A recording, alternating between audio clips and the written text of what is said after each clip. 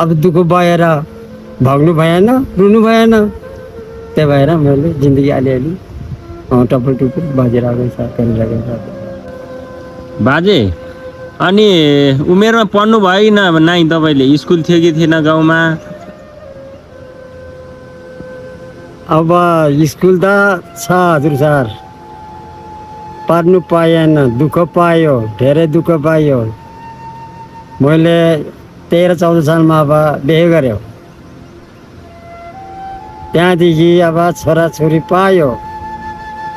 त्यहाँदेखि अब छोराछोरी पालोगी, क्या गरोगी, खेती गरोगी, किसान गरोगी। अब त्यो भएर मैले पढ्नु सकेन हजुर सर। नत्र पनि मैले पढ्यो भने यसमै यस्तै समय भयो भने, त्यही बेलामा बुद्धि आयो भने त म अलिक के हुन्थ्यो हजुर सर। पढ्नु सकेन, म दुःख पायो, छोराछोरी भयो, त्यसलाई लुगा चाहियो, क्या चाहियो, खाना चाहियो। बा अब कहाँ जाऊ यस्तो छैन हजुर सर। ऊ बेलामा हेर्नुहोस्, ऊ बेलामा त अहिले जस्तो समय त के भन्नु। अब यस्तो देश चलेको छैन, कहाँ चलेको छैन हेर्नुहोस्। त्यसै गरेर खेती किसान अलिअलि गरेर खाएर मैले छोराछोरी पालेको मान्छे भन्नु। दुःख त म धेरै लागेको छ मलाई, दुःख त एकदम करेर लागेको छ मलाई। दुःख पायो, के गर्नु।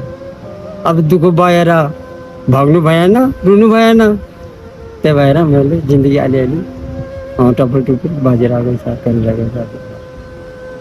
बाजे हजुरको नाम के हो बाजे? मेरो नाम तोपपेन हो। तोपपेन तामाङ। तोपपेन तामाङ। हजुरको घर? मेरो गाउँघर गाउँघर। अनि यता यो 7 विषय चाहिँ के को सिलसिलामा आउनुभयो? 7 विषयमा त अब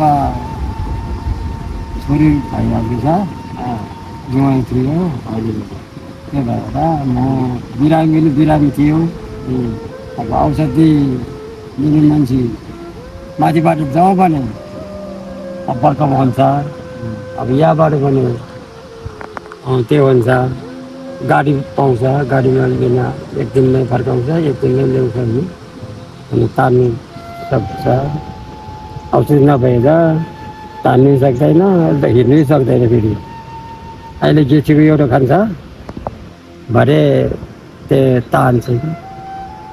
मेरो त्यो दमको हजुर, दमको बेथा भएर पहिला त यस्तो त्यो भएपछि, यस्तै औषधि भेजेपछि म यस्तो नहुने थियो। पहिला भेटेन, थाहा भएन। पोहोर उपचार गरेर बल्ल बल्ल यस्तो तान्ने औषधि मेडिकलबाट पाएर पो अलिक बज्यो हजुर सर। नत्र पनि जान्थ्यो म, झन्नै मरिसक्यो। यहाँ हजुर हाम्रो हजुर सर हुनुहुन्छ, त्यही बेला त मरिसक्यो म त।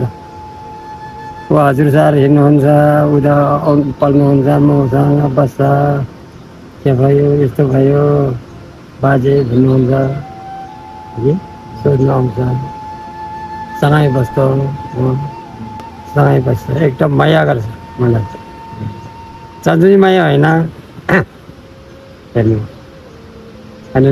अनि औषधि उपचारलाई सहज हुने भएर यहाँ तल झर्नुभयो। गाउँघरको त धेरै टाढा छ। टाढा छ हजुर सर, टाढा। फुटुले हिँड्दा 2 घन्टा लाग्छ यहाँबाट। 7 विषयबाट 2 घन्टा लाग्छ। 2 घन्टा बढी लाग्छ यहाँबाट हिँड्यो भने। रित्तै फेरि भारी बोकेर भने चाहिँ 4 घन्टा कति लाग्छ नि त्यहाँ त। कति भएर रोड छ कि छैन? रोड अहिले पुगेको छ।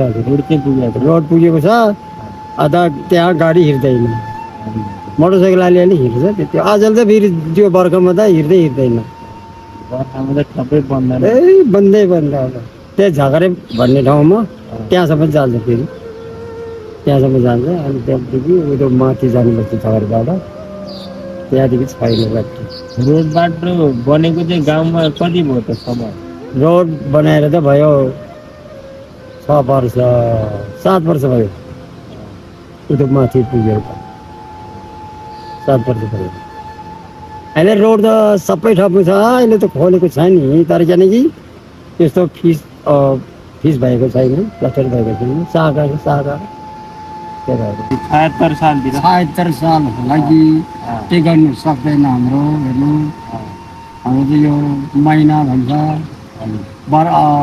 यो यस्तो साल भन्दैन हाम्रो वर्ष भन्छ त्यति नै यति सालमा पहिला केही थिएन हेर्नु अहिले हाम्रो पञ्चायत विकासमा यस्तो अहिले कस्तो राम्रो भयो व्यवस्था कस्तो भयो हेर्नु राम्रो भयो अहिले हाम्रो अहिले यो पहिलाको भन्दा त पहिला त केही छैन नि हजुर सर पहिला भन्दा अहिले राम्रै छ कस्तो विकास भयो कस्तो के गरे कस्तो रोड पुग्यो कहाँ ठाउँमा रोड पुग्यो कहाँ ठाउँमा यति बत्ती पुग्यो कति ठाउँमा बत्ती पुग्यो अहिले कति राम्रो भयो अहिले उहिले त केही छैन हजुर सर अब उहिले त केही छैन अहिले कस्तो कस्तो भयो अहिले उज्यालो भयो अहिले त हाम्रो भनौँ न अहिले नयाँ नेपालै भन्यो होइन नेपाल त नेपाल हाम्रो अब पहिला त पुरानो नेपाल भन्छ अहिले नयाँ नेपाल भन्नुहुन्छ हजुर सर